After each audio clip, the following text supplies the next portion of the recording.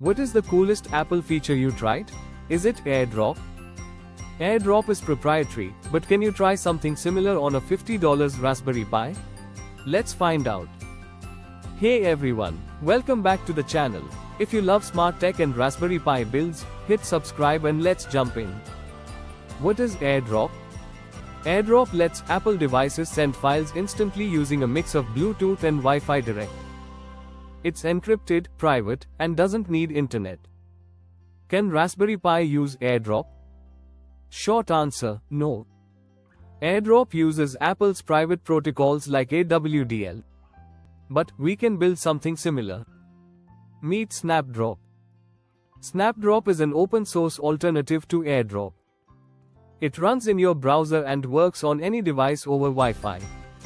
AirDrop uses Bluetooth Low Energy (BLE) to discover nearby devices. Once devices are connected, it switches to Wi-Fi Direct for fast file transfer. This allows AirDrop to transfer files at speeds up to 30 Mbps, making it much faster than Bluetooth. Files are end-to-end encrypted, keeping your data secure. To set up Snapdrop on Raspberry Pi, you need a Raspberry Pi 4 or 5, working internet connection and a compatible browser. Step 1. Install nodejs. Step 2. Clone the Snapdrop GitHub repo. Step 3. Run the local server. Boom, you've got a working AirDrop-like service. Steps are mentioned in the description.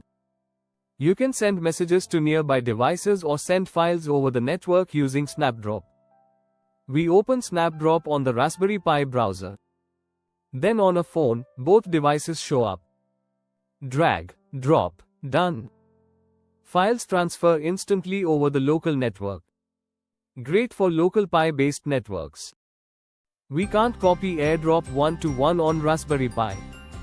But we can build a fast, wireless sharing system that's just as useful. Smart engineering isn't always about copying. You can build a local file sharing system for your home. Thanks for watching. If you liked this Pi project, leave a like and drop a comment.